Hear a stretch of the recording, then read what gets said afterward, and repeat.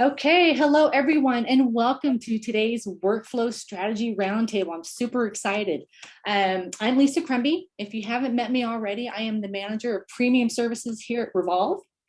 I'd just like to start off by saying we're so excited to host today's session and look forward to learning more about you and your business processes and some questions that you have for us. And hopefully we can get those answered for you. Like I said, our goal today, we're just simply here to answer some questions. And those are regarding your workflows, your templates, maybe your activities. Just let us know. We really want to know what you have to ask. We do encourage you to participate as this is intended to be an interactive session. So let's all learn together today. I do want to share before we actually do get started. I want to share with you all. I work with an amazing team of strategists. They're here to help. They help agents every single day with their workflow processes. Each of them has a real estate background, so I'm really excited about that. I'm going to actually introduce them all to you right now. If you don't mind, ladies, I just want to take a few minutes. So Kendra, if you don't mind introducing yourself. Sure. Hey, everybody. I'm Kendra. I'm in Savannah, Georgia, so right across the bridge from Julie.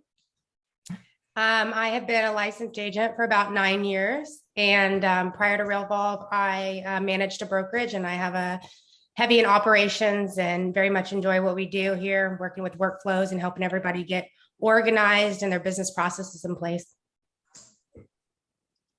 Awesome. Thank you, Kendra. Emily? Hey there, good to see such a good turnout. We're happy to be able to help you today. I'm located just outside of Knoxville, Tennessee.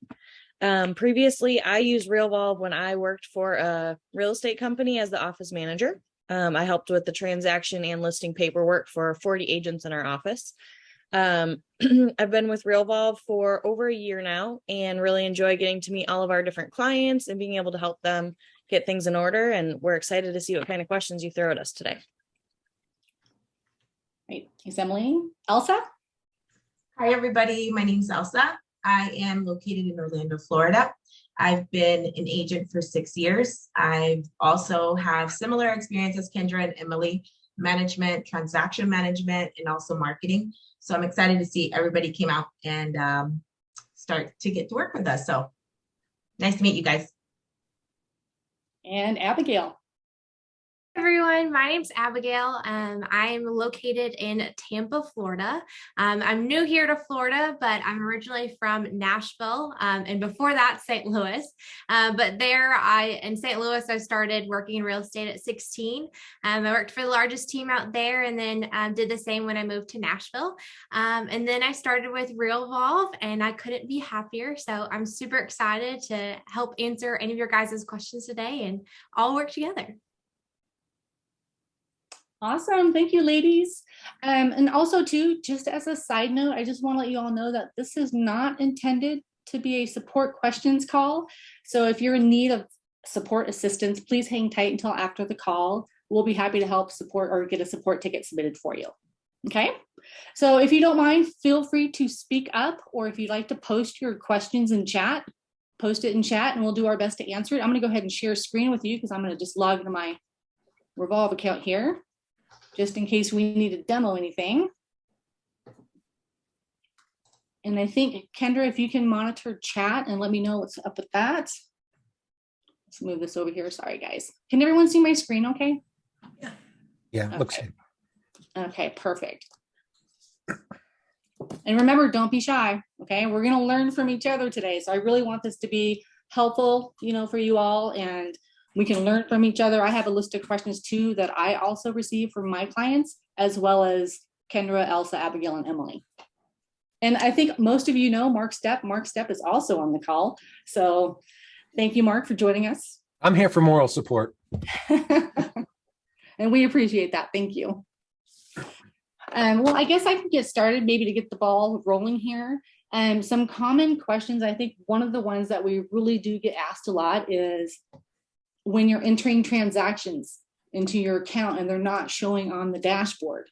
We get that asked a lot. I'm doing a transaction, it's closed, it's not showing on the dashboard, why not? Well, let me show you. One thing that you do need to do, I'm going to go into a transaction right here. Let's open up, I'm going to open up 123 main. you want to make sure, like if this were, oh, that's not a good one. If it were closed May 25th, you want to make sure in your transaction in the people tab to make sure that you're entering yourself as the seller agent or the buyer agent. But you want to make sure that you're using the right contact record.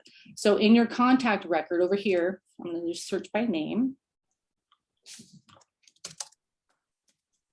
You want to make sure that you're using the record that has the head icon next to it, just in case there might be 2 Lisa tests or 3 Lisa tests in your account. Sometimes that happens. Make sure you're using the correct one. When you do that, it will update the transaction accordingly and show appropriately on the widget itself. So I'm hoping that helps. That's one of the common questions that we get. I have a question about that. All right. So if you're in 2 or 3 times because somebody stuck you in there, can you merge them as all duplicate and then your correct ones show up? Yes, absolutely. And while we're on that topic too, Julie, just so you know, we do get a lot of questions about sharing contacts with team members. So one thing I do want to show you, so if I'm in a contact record, and let's just say I have a team of 10 and I want to share my lender with all of my team members, I would just go into the contact record itself, go to record details, just hit that drop down right there, and then enter the record owner, enter all your team members there. That way, as a record owner, you're not pulling up contact records and seeing 10 John Smiths. You're sharing that lender with everyone on the team. All right, if I had a lender, okay, and everybody had them in all these different times and I merged it, would it make them all record owners? Yes.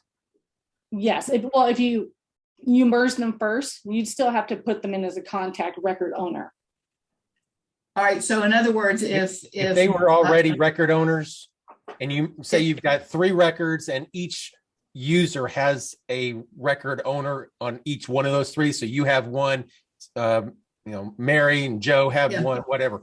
Whenever you merge those 3 together, Mary and Joe and you would all be record owners in that one record. All right. Is there anything in the works because we have a lot of people like that. We don't just have one lender. We have probably 100 people that everybody shares, not to mention all the other agents that, are in Realvolve from other firms. Is there not something in the works that we could say team would be record owner and it would just go to everybody? Yeah. Because that's so tedious. It is in the works. We are going through a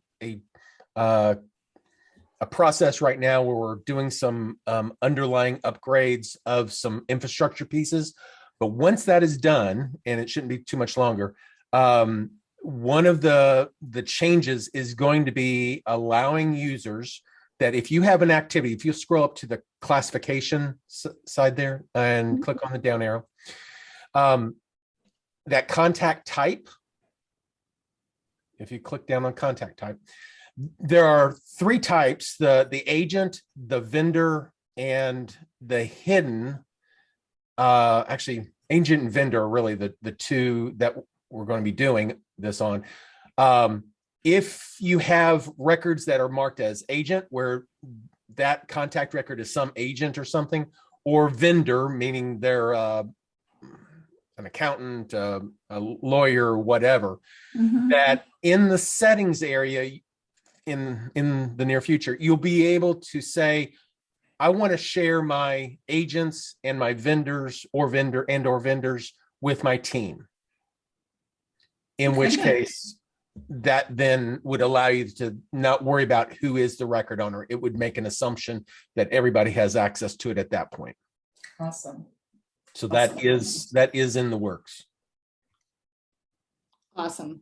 Hey, Lisa. Thank you. I wanted to highlight something. Can you go back and pull up your contact for Lisa Test? Sure. And just as this came up, I was thinking kind of a pro tip, pull back behind the curtains and see what our support team does. So oftentimes when we get a request from you guys that activities aren't populating correctly, they're not being assigned to you, emails aren't going out right. One of the things that we'll do to troubleshoot is we'll go to make sure that you have the correct linked contact. And so what you see there, she highlighted this earlier, but there's a little silhouette next to her name. And if you'll go from there, go into settings and users and permissions. And so this is something that you can do to troubleshoot. Under Lisa Test there, you'll notice that the linked contact is that contact we were just looking at, the one that had the silhouette. That's why the silhouette shows up in that list, is because of what's happening here. What sometimes happens is if you have an assistant or you have someone in your office that has the right permissions, they might make a change to this setting, or maybe you do unintentionally. So if something's not working correctly, this is one of the first places that we'll go to troubleshoot and make sure that it's set up correctly. And it's the linked contact that is selected as a person, as far as a seller agent or a buyer agent. It's the contact side. We then use this link to say, okay, that is the user. In this case, Lisa Test is connected to Lisa Test, the user. So by selecting the contact in the people tab of a property or transaction, you're ultimately selecting also the user, which identifies the correct person's dashboard that we need to show this listing on.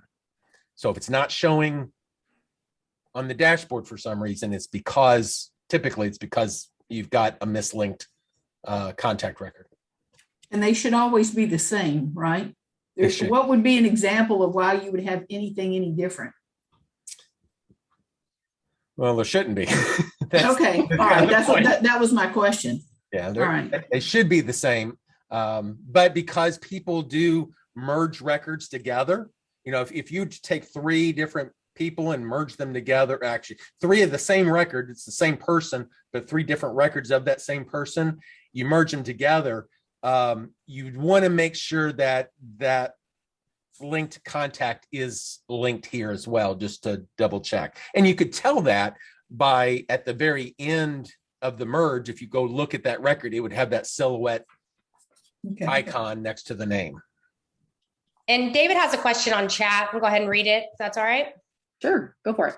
All right. I would like to find a way to send my automated emails at one time and my text at another time, but I don't see how I can do this.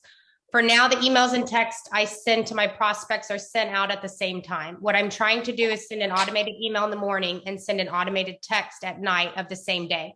I hope this is not a question for tech support. I'm going to override your screen, Lisa, if that's okay. Mm-hmm. So what came to mind when you were asking this, for instance, I'm in our lead buyer workflow. These have automated emails and texts that go out to a client in the goal of making that initial contact.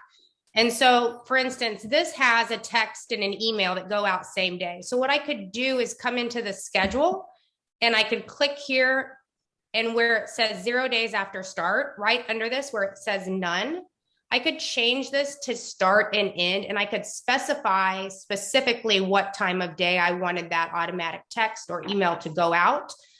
Because by default, it's going to go out automatically at whatever time you've set in your settings, and we can go over where that's housed. But this could be a way to kind of, if I wanted this to go out at specifically, let's say in the evening at 5 p.m., I could tell this task what time it should be going out automatically. If a time is not specified, it uses the time that you've put into the settings area. Mm-hmm. If a time is specified, then it'll go out within a few minutes of that time that you specified. It puts it into the queue, and based off of how busy the queue is, it'll go out as quickly as possible. Yeah, and so in your settings, under emails and auto send emails and SMS, for anything to be sent automatically, this toggle has to be on. And then, like Mark was saying, by default, it's going to look at this time first, unless specifically in the activity you've told it a specific time. Does that answer your question, David?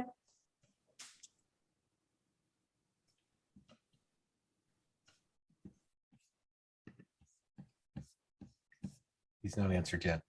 He's on mute. Oh, yes. All right, perfect. Okay, awesome. Okay. Any other questions? Who else got a question? I do.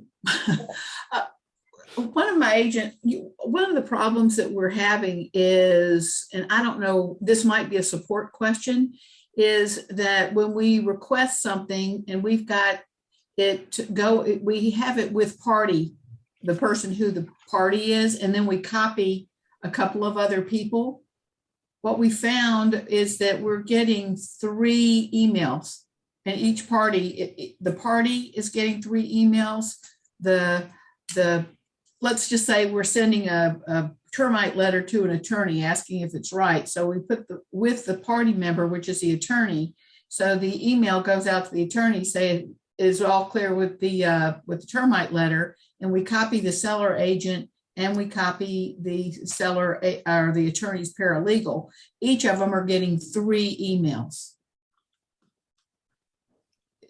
So are you doing them as CC, BCC? Or are you doing them in the with? We do the with, that would be the party member, which would be the attorney. Okay. And then when we send the letter, we CC the attorney's assistant as well as the agent.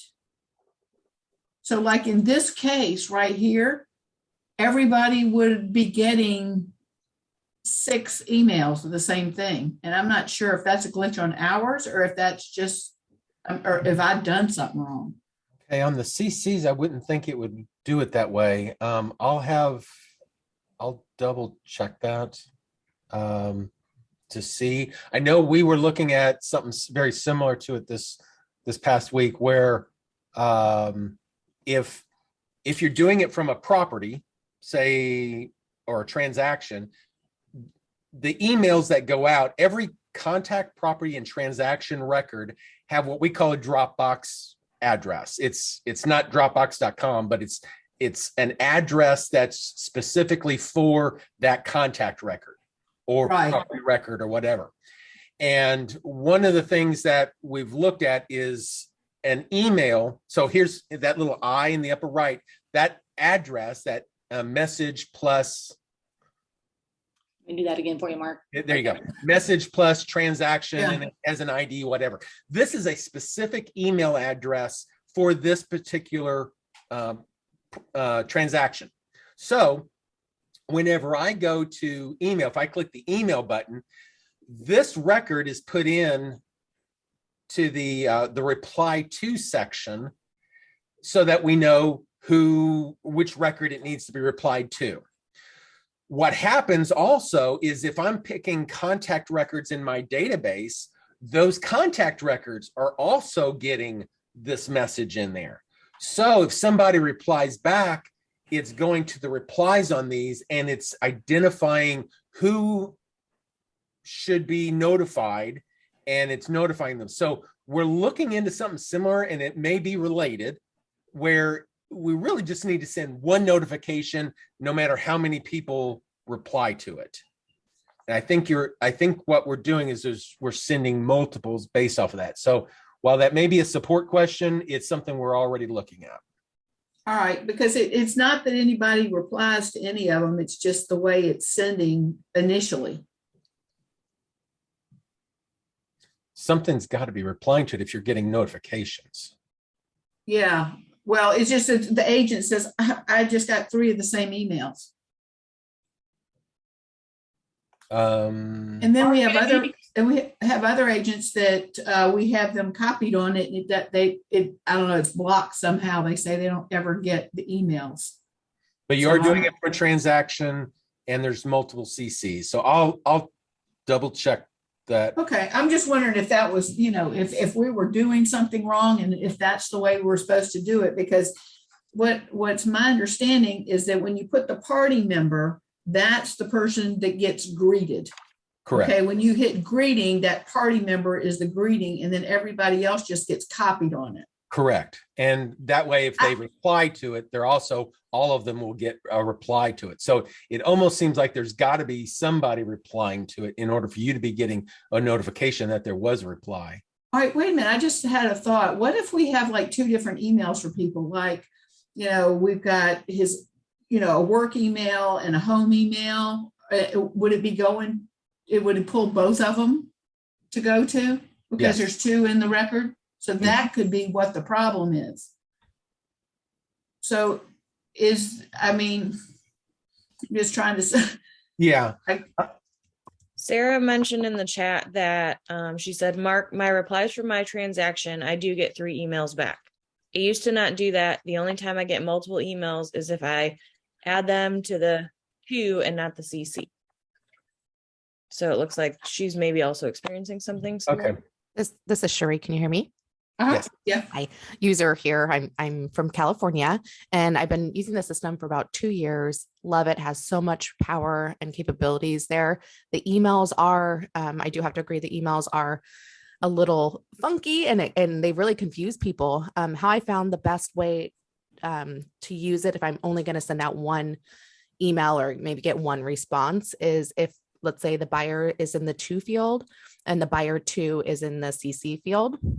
However, and so when both buyers get that, they can see that they're both on there, because I think that's also an issue is the blindness of the emails. You can't see who is on emails normally unless you do that. If you're just sending it to like the buyer in the to field and then CC the buyer two, they can see it. But when they hit response, then one of the other party falls off, and then it will come to me.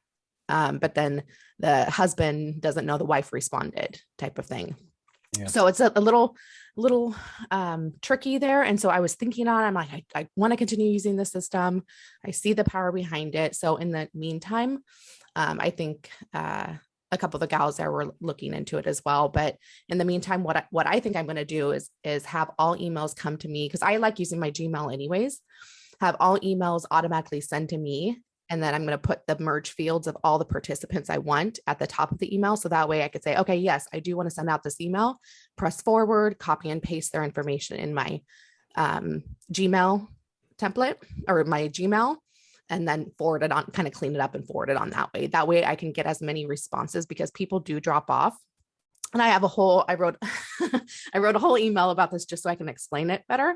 So if you'd like to see that, Mark, I'd love to see that. If you'll send it to me, the more information, whenever I talk to our navigators and our support team, the more information that we can get for any particular challenge, the better. So many times somebody will say, well, my email isn't working. Okay, what's not working? And we have to really kind of dig much deeper just to figure out what's going on. And the more information you can give me, the better. Just send it to mark@realvolve.com and I'll take a look, or support and it'll log to me. So I would say for anybody who's wanting to continue on with the system, and I mean, it's kind of, you'd have to go in and change your workflows, but it seemed to work pretty well. And if that contact is filled in on the people's tab, then it pulls to the top of the email. It's an easy copy and paste into the to field and just clean it up real quick and send the email. And then you're really sending emails from your Gmail, which is not what it's the opposite of what the system's set up for. But in the meantime, that might be a good workaround for others as well. Thank you for that. Awesome. Thanks, Sherry, for sharing. And one more thing I wanted to add too, Julie, just to make sure that, you know, in the settings, the BCC is not selected as well, because sometimes we overlook that. The BCC is not what? Selected. So let me show you really quick. Yeah. You go into settings. Whoops. Oh, you mean BCC back to me? Whoops, let me scroll down here. Make sure that this is not selected in your settings. Right. No, I definitely did that because I was getting overwhelmed. All right. But getting back to what Sherry was saying, if you put the buyer one or whoever one is, and then the associated contact is a carbon copy, we found that it does go out okay, or at least I think it goes out okay. It goes out okay until people are starting to respond, and then the other user falls off. So you cannot ever have a full thread. You know how in real estate we have sometimes 20 responses to one email thread.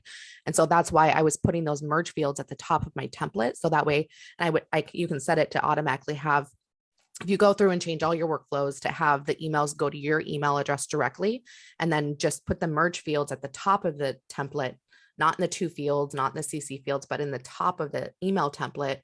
It goes to your inbox, and then you can press forward, copy and paste those people into the to, and then send it out that way. Then you can truly have an email thread and never have anybody fall off of it. Oh, okay. Yeah. And everybody can see everybody on there. Interesting workaround. Good job. Yeah, definitely. Awesome. Thank you for sharing. I have another question. Uh-huh.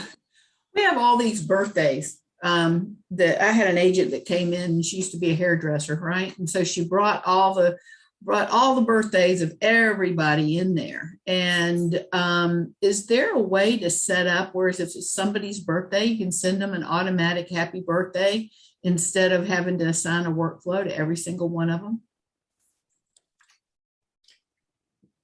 I think that it has to be, I don't think we can do something like that. It has to be within a workflow. Yeah.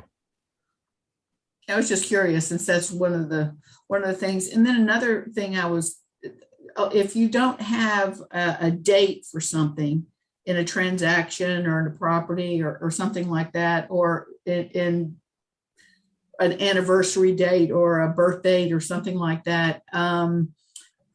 So if you don't have a date, it'll automatically assign if you just put the workflow on there, it'll automatically assign it, but it'll put no date. So you end up with a whole lot of activities that have no dates that you have to go in and delete, or you don't know what the date is yet.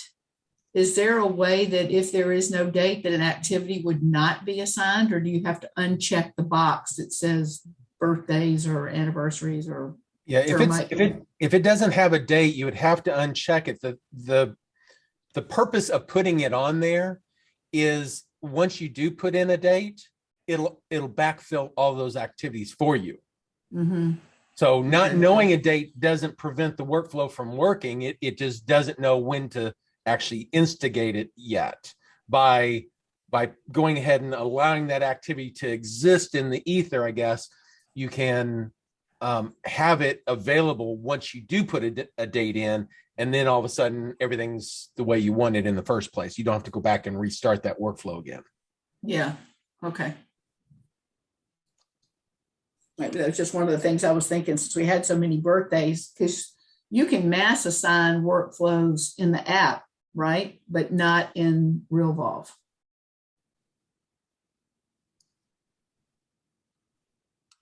Say that again. That didn't make I thought sense. you could mass this. I've never done it. Okay. Maybe I shouldn't even say this, but from the app, you could mass assign workflows to contacts, can't you? From the mobile app, there is a way where you can do up to 50 at a time. We don't really encourage that, depending on which workflow, but it is available. Yeah. Right. And just a question is, and maybe I'm doing something wrong, there's things that I can do on the app that I can't do on Realvolve, the program. And then there's things that I can do, a lot of things I can do on the program that I can't do on the app. But I'm out in the field all the time with an iPad or a phone, and I really need to get into Realvolve. And it's so big on the page, I can't shrink it and I can't get to some of the things that I need to get to. Is there a workaround, or is that just an Apple problem? It's really a responsive problem within.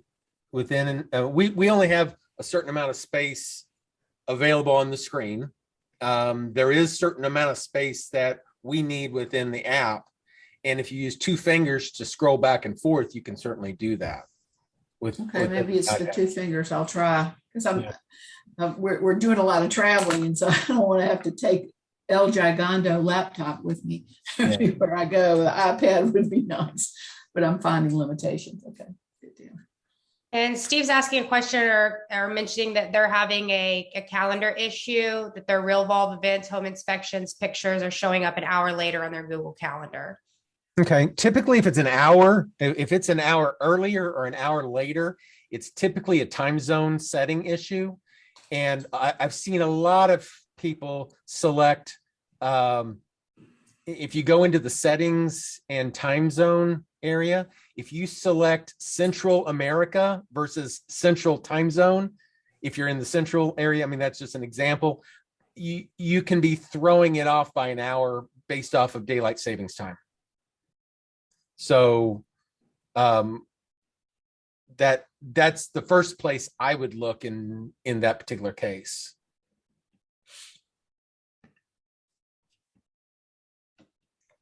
Does that help, Steve?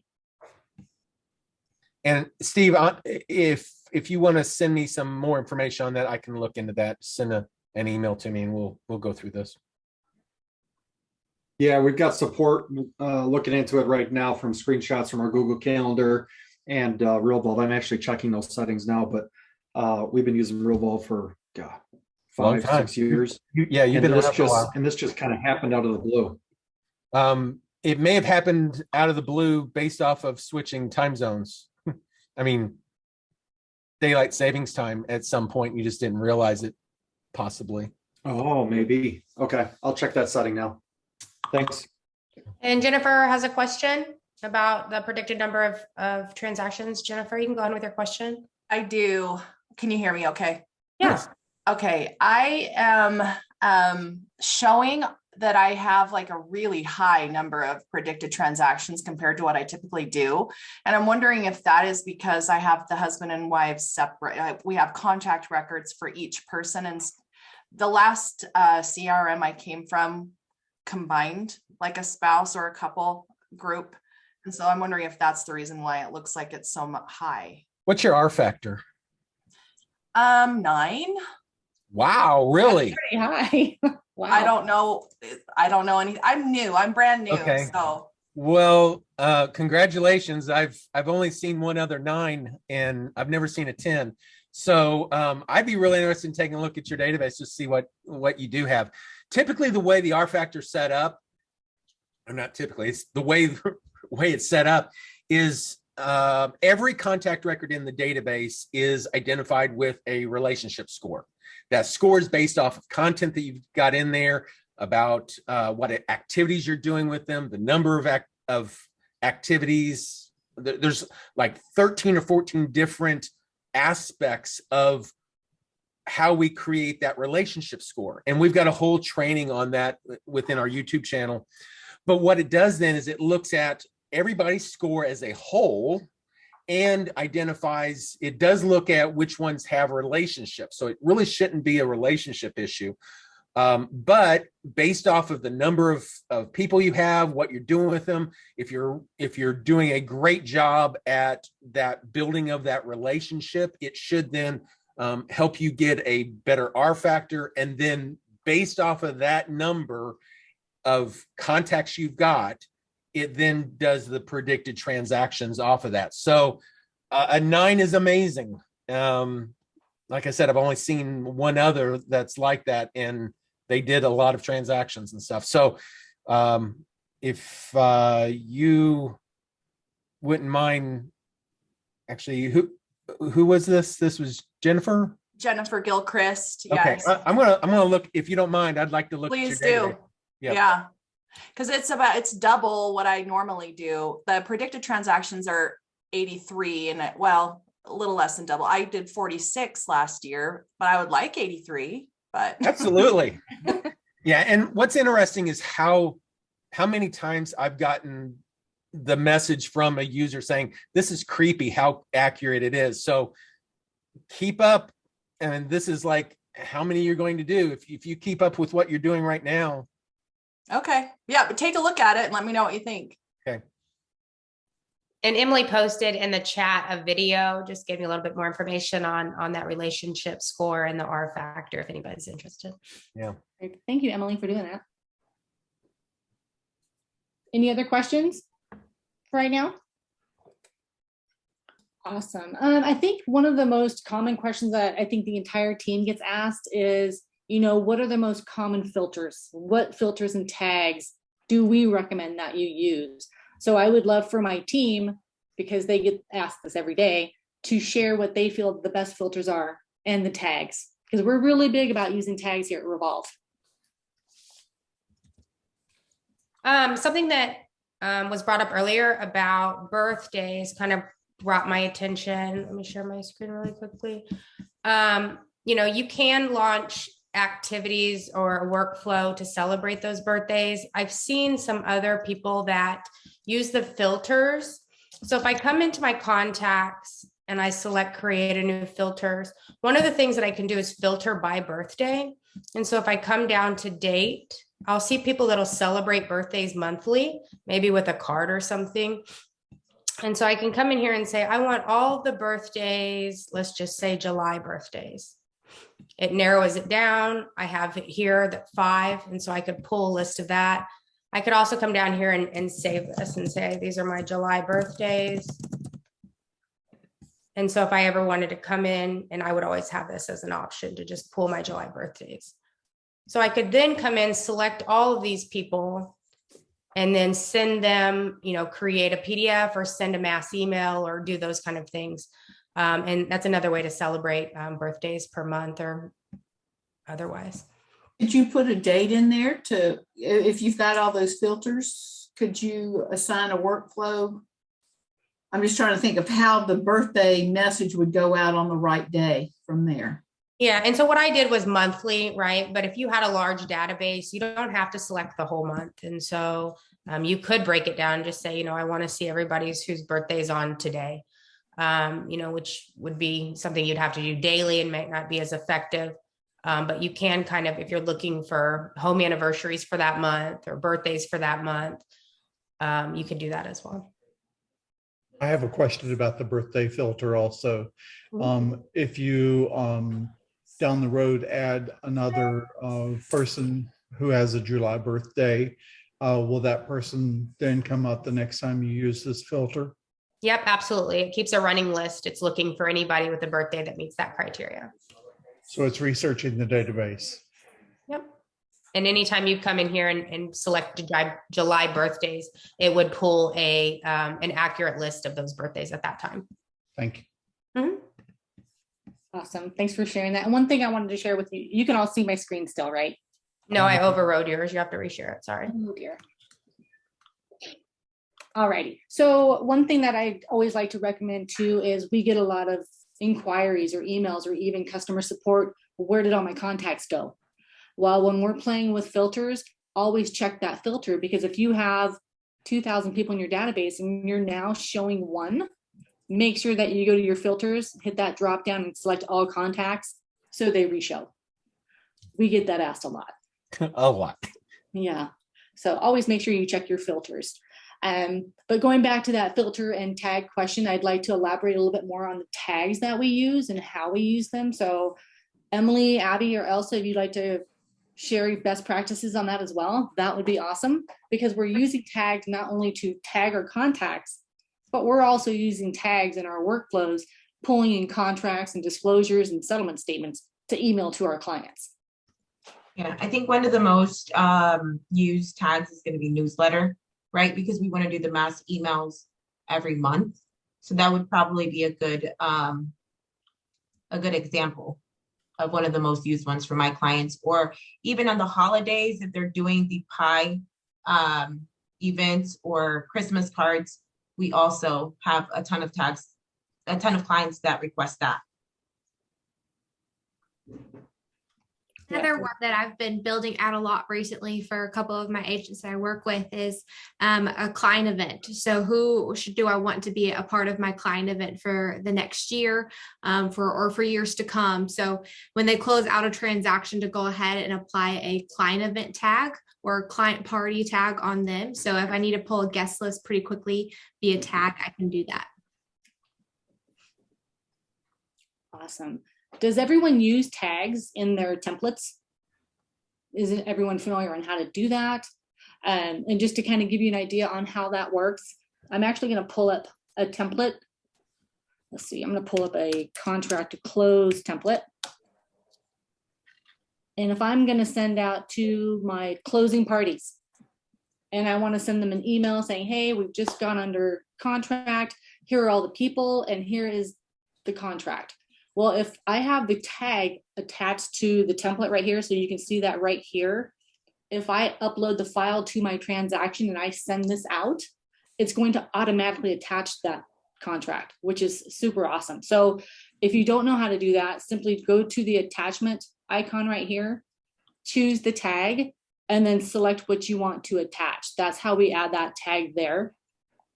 But I also want to show you here, if I go to the dashboard, if I start a transaction, let me just go to 123 Main Street. I want to go ahead and I want to upload that file. So I'm going to go to the files tab within that transaction, and I'm going to add a new file. And I'm just going to select one here really quick. And I'm just going to use, this is not actually a contract, but I'm going to open that up. It's in there. So now it's added, whoops. And now I want to add the tag. I want to make sure that I tag the file. So I'm going to add my contract tag. I'm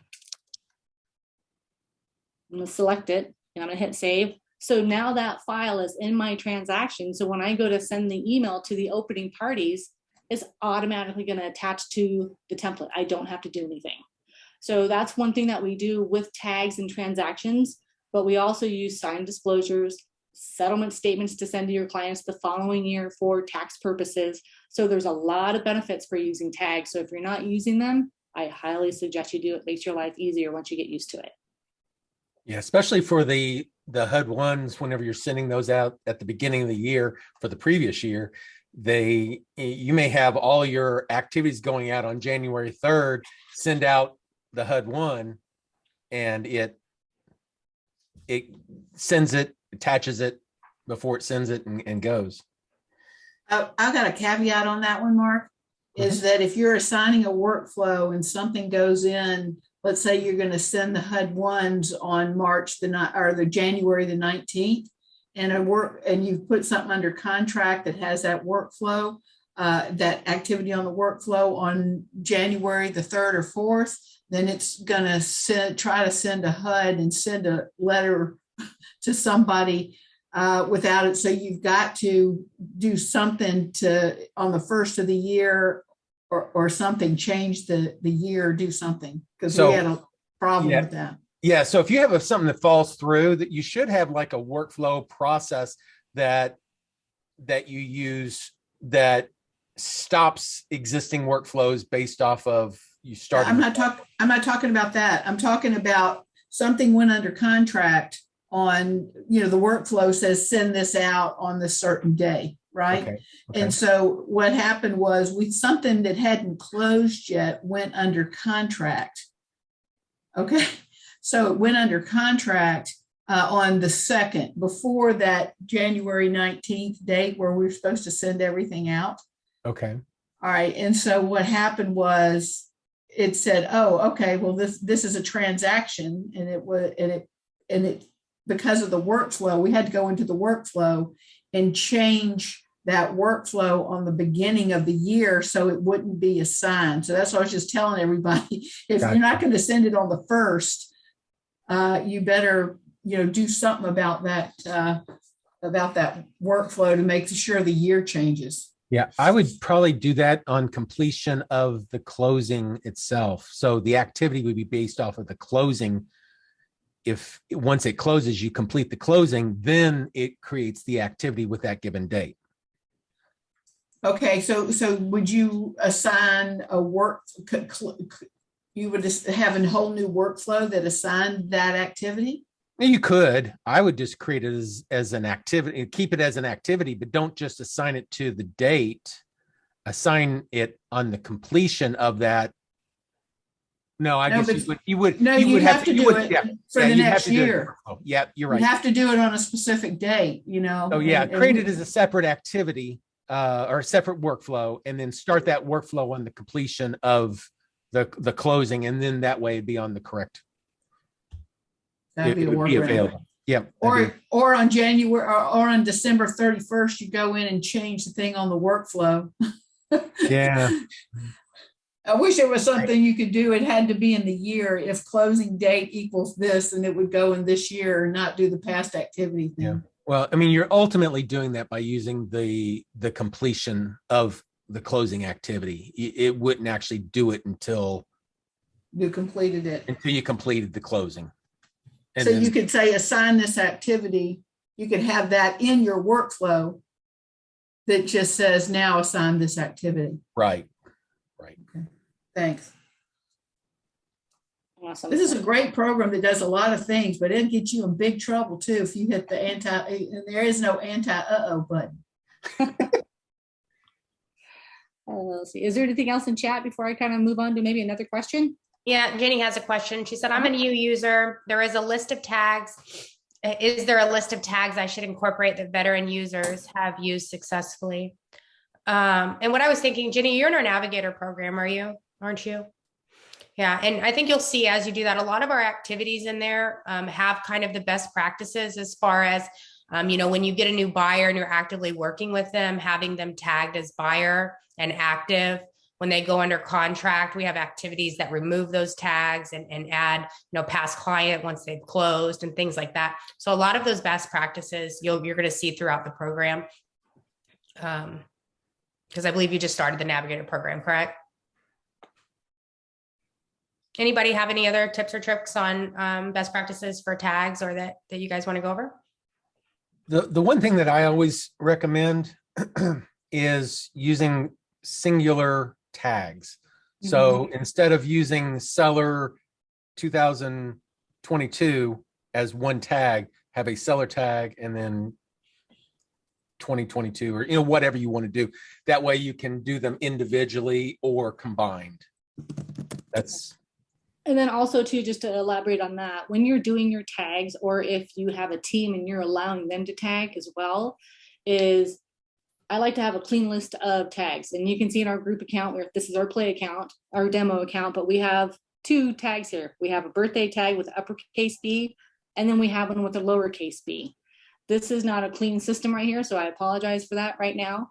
But you should always have one-word tags. I recommend uppercase that first letter, one word if possible. I understand that sometimes you need those 2. I've seen agents have 4 to 5 words in their tags. Oh my goodness. But I do recommend that you do that, because if you have 2 tags with the same birthday, but they're spelled differently, you're going to pull up, your list will not be good when you're going to a mass email or mailing or anything that you want to do on that.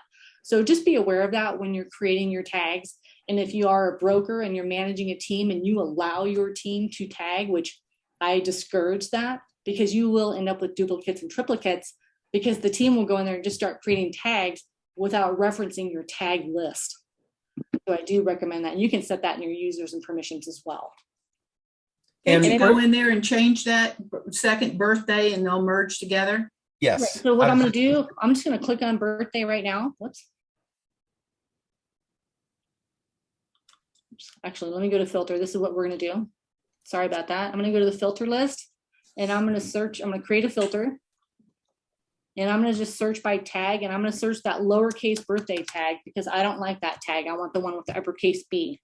I'm going to go ahead and select birthday, the lowercase b. You don't have any in there. That's interesting. Oh, it's probably a tag for a template or a workflow or something that's keeping it in there. But if you go back to your list of tags and click the pencil on the lowercase one, and go ahead and type in the uppercase birthday, it will merge the 2 together. Yeah, it won't even let me do that. Okay. Down. Oh, there we go. Sorry. Hello. There you go. For some reason, Mark, I thought that it wouldn't let you do it that way. Like it'll just merge it into one. Yeah. See? Oh, okay. It may take time. It does it as a background process, so it may take a little time for it to show up, but that way they do consolidate into one.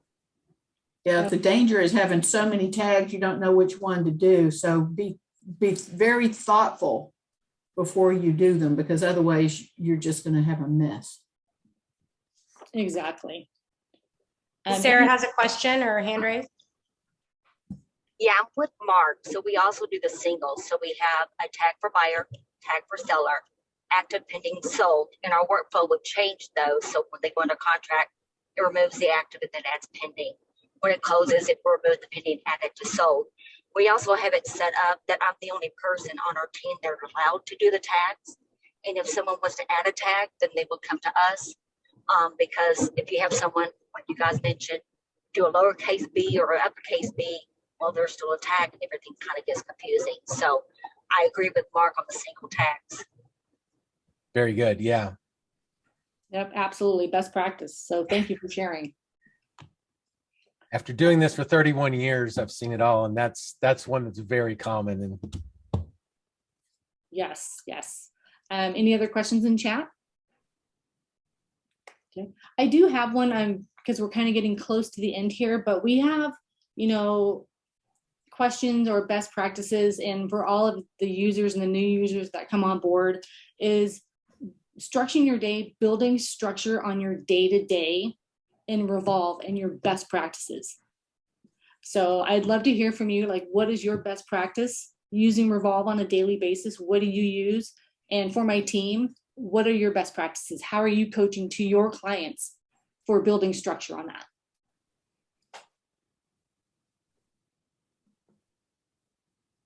Well, I can tell you how I use it every day and how I train on it and coach on it.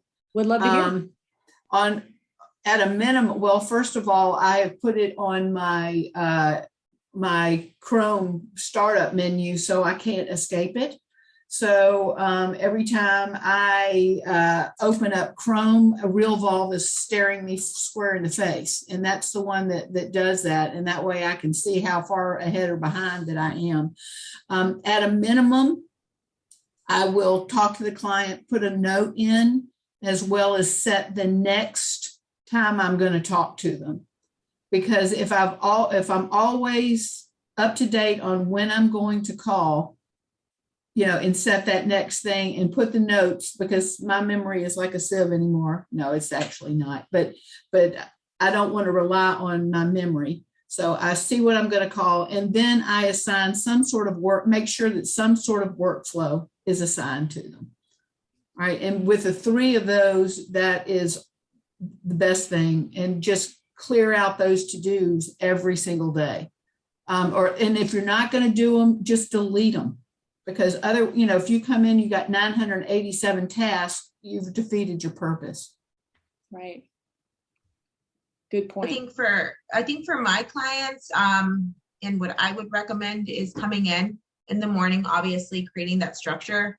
But one of the first things that I do is take a look at the bell icon at the very top, because that's going to let you know what's been happening after you being signed out of Realvolve, right? That would be my number 1. My number 2 would be to come to the contact cross-section area and take care of some of those clients in there, get that cleaned up. This is our account, right? That's why it looks that we're not doing our job. It's a demo account, everyone. That would be my next one. And then the one that helps my clients the most, especially my new clients, is to go to the activity check mark at the top, right below Realvolve, and create a structure there by filtering your activities per week. So it just gives them a clear indication of what they have going on weekly and bi-weekly, depending on how anyone likes to work. I need an in to my checklist, so this works well with me. I'm sure some of you will find it useful as well. Yeah. Mm-hmm. There's a few questions that were posted in the chat. Do we want to get to those? Yes. Thank you. The first one is, how do we activate a workflow that has never been used? Yeah, I was wondering, Jennifer, can you give us a little bit more context on exactly what you're trying to do or your question? Yeah, so I'm doing my Realvolve homework. And as Lisa knows, I'm only 6 months late, but that we'll let that go. And so we've got a whole list of workflows that we are working on running and testing. And so when we look at our list of workflows that are quote unquote active, then we only have so many. We only have, like, say 5 or 6. So I want to open up something that is on my homework list and start testing it, but I don't even know, like, I went into workflow, I clicked add, but then nothing happened. So I'm not sure what to do in order to add it so we can run it. Right. So it depends on, is it a contact workflow, property, or transaction that you're testing, Jennifer? So if you're going to test it on a contact record, so maybe you're testing your long-term buyer workflow, for example. So you need to actually go into the specific record that you want to run the workflow on. So for example, I'm going to go into the Lisa test, and I want to put Lisa on my long-term buyer workflow, or I want to run that test. Okay. Be in the radar tab, go to start a workflow. So you're always going to do this to test or run a workflow. Okay. In the radar tab, in the contact record or property record or transaction record, you're going to start that workflow. You're going to drop down. So depending on the type of workflow that you want to run. So if I'm in a contact record, I can't run a listing appointment workflow because that's a property workflow. That's got to be done on a property. So I'm going to choose a database workflow. So I just want to run long-term buyer. Mm-hmm. I'm going to select that, and I'm going to hit next. And then I'm just going to run all my activities. Again, if you're just testing your workflows, just run everything through, but you can be selective on what you want to run. Hit next. You'll be the agent. Select next. You're starting the workflow today. So keep in mind that when you're running a workflow, you're starting it today. This is the milestone date. So it's going to reflect everything that's going to happen in the future here. And then just hit done. That's going to start the workflow. Simple as that. Okay. You'll also see the yellow banner at the top that confirms that that workflow was started once you hit that done. Yep. And then your activities will show right over here. Yep. The workflow menu at the top is the designer of the workflow. You can design your workflows, you can edit them and stuff like that. Where if you want to actually use them, you want to use this is kind of like your library of installed workflows. If you actually want to use one of these on a contact or property transaction, you have to go to a contact property transaction and actually start it on one of them. And you can create a bogus one for any of those just to test it and make sure that it does what you want it to do. Yeah. And you also have links in the workbook, Jennifer, because I know it has been quite a while, but you also have 2 new team members. So I would recommend that they watch the videos that are on the workbook to help them get started as well. Thank you. Debbie, do you have any questions with that said? Did you get that? Because she's on the call now too. Oh, awesome. All right. Next question in the chat was, what new features are coming down the pipeline? That one is from Steve Porter. That would probably be towards me. So there are some things that we're working on diligently. Some of the things that we're currently working on right now are some infrastructure things to make things faster, better. Once we get through those, we're going to be hitting some more feature type enhancements. One of the things I am getting ready to release is some additional feature capabilities to the mobile app itself. There'll be an announcement on it as far as what all the new features are. Some new searching capabilities, better calendaring, as far as the completing activities and actions and stuff on there. Being able to call from a contact, and I know there's been some people that were having some challenges doing the calling. We're doing that totally different for which should take care of the problem. So several new things in the mobile arena that's getting ready to release very, very soon. But a majority of it is infrastructure and making things quicker, better. And as we scale and grow our business, I mean, we're taking on a lot of new users, a lot of new needs structurally in order to handle those new users has been our kind of emphasis to make sure that you guys don't get upset with the speed of things. So hang in there. Awesome. Thank you, Mark. And I think there was one more question. Emily, did you say? Yep. Claudine posted, are we able to add relationship status for a family member, like a brother and sister, not only as a couple, specifically for merge field purposes when sending emails? Yeah. So, and I'll take this one as well, and you guys can add on to it. We do not currently do that. Once upon a time and many years ago, another product that I did have that capability, which is very interesting because I was on a meeting earlier today with the exact same question. And it's something that I will look into and see if we can add on to be able to do that. Right now, the relationship piece, there's only one relationship available to link 2 records together. And that is in the, is it a husband, wife? Is it there's other choices as far as selecting that relationship, but you can only do one of those. And what we want to do is understandably be able to have multiple. So if you have a mother and a daughter, they have linked together, they're separate records, but still be able to link them together, be able to do that. The question I would have on your question is, you indicated that you wanted to use it for a merge field. I would have to think through that one a little bit, because what if you have a mother, son, mother, daughter, mother, whatever, and you go to run something, what are you trying to merge? It's going to be something. Is it one of those people? Is it multiple of those people? So I would need to kind of think through a use case on how that needs to be applied. Mark, I'll answer that for Claudine because she's on my team. So use case for that is especially in estate sales where you have the brothers and sisters. When you're doing emails, being able to have the merge fields with the brothers and sisters.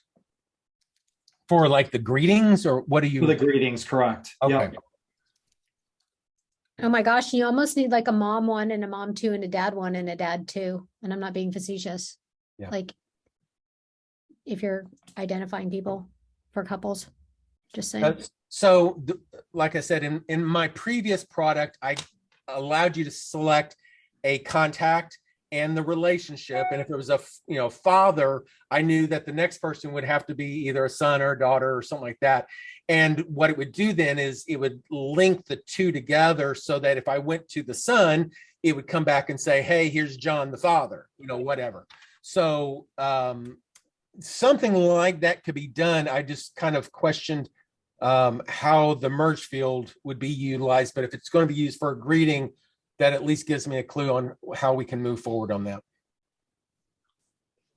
Okay. And I know we're over time. Cherie's asking if updates as they're made to the system are posted anywhere. Or emails are sent out with those updates. Yeah, we send out some emails down at the bottom. If you click on the updates, they are mostly posted. I know that it's a little bit behind. We've been doing infrastructure stuff, so a lot of the infrastructure stuff has not been done, but each year's updates and stuff are in there, and you can just kind of look through them. And if there's any kind of training or anything like that that goes with them, you can certainly look at that as well. Yeah, awesome and great question. And I want to thank you all. I know that we're a little over time, but I did want to just share that if you are looking for some hands-on training with a personal navigator, feel free to inquire about our semi-annual navigator program, because that's what our strategists do. They help agents like you to define their business, workflows, customization, everything. And right now we're actually offering our navigator program for $2,000 off our original price until July 20th. And that is amazing. I don't think they've ever done that before. So if you have any questions on that, please reach out to sales@realvolve.com, and one of our sales rep will help answer any questions that you have if you have questions about that program. Yeah. But I just also on Wednesdays, every Wednesday, 11 o'clock Central Time, we have our office hours. Lisa and I talk about some kind of topic and we answer questions, and it's a kind of a mini form of this. But man, it was great to see everybody here. Yeah, this was wonderful. Thank you all for joining, and we hope to do this again soon for you. Mom Lisa, I'm so sorry about that, but I would really need to know this one, just one real quick. Can you please show me again how to activate workflow, just real quick? Oh yeah, so for example, if you're on a contact record and you want to run a workflow, you're going in the contact record, you're in the radar tab of the record, and then you're going to go ahead and hit start workflow. Hit the drop down and then select the workflow that you want to run. So for example, active buyer, then you're just going to select next. And then you can just select all activities, just go ahead and keep those selected and then go to next. Buyer's agent, next. And you're just going to kind of go through the process, and then you'll have the milestone date. So once you start the workflow, you just hit next, it'll just update. And this is a different workflow, but you'll go ahead and just make sure that all parties are applied. Select done. And then the workflow started. So you can see up here in yellow that it's generating the activities. And then once that's done, you can pop on over here to the activities tab, and then you can see the activities for that workflow there for testing purposes. And again, I shared with Jennifer, I'll go ahead and send in a video for you. Ma'am, how about activating for those workflow that is not available on the start a workflow tab, but it's available on the workflows at the very top workflows tab, because I believe that the ones we have on the start a workflow tab is just limited. Every time you go into the workflows area, you're seeing all of your workflows. Those workflows can be divided between contacts, properties, or transactions. Mm-hmm. And if it's a property workflow, you have to be in the properties area for it to be in the list of drop downs on this starter workflow. If you're in the contact area and it's a property workflow, it won't show. So I think that may be the issue, is you're looking for a particular type of workflow in a different area of the system. Right. I got you. Thank you. You're welcome. Was there any other questions? Yeah, Well, Sheree was asking for, these meetings yes, I going could try that, forward. ma'am. And that last. Oh, go ahead, Kendra. No, sorry, Debbie, I didn't mean to cut you off. I didn't realize you were still talking. No, it's okay. Go ahead. For ongoing meetings, the notifications or how will be people notified? Will this link still be the same one? Can you give some more information on future meetings, Lisa? For this specific meeting or for office hours, because office hours, like Mark had mentioned, he announces that every week or every Tuesday, because they are every Wednesdays at 10 a.m. Mountain Standard Time. Gotcha. Yeah. That's But for meetings like this, as we host them, we will do just like we did this week. We'll email it. You'll post it on the Facebook group as well, so everyone will be aware of it well before it happens. Yeah, make sure that you guys go to our Facebook community, Realvolve community, and register there, sign up there, so that when we set up these meetings, you guys get notified. Yeah, and feel free also to post in the Facebook group, what you thought of the meeting. Was it helpful? Let us know what you're looking for. How can we help? Because we want these to be beneficial for you. I know that we're over time, but again, I just want to say thank you all for joining us, and we look forward to doing this again soon. Bye, everyone. Have a great weekend.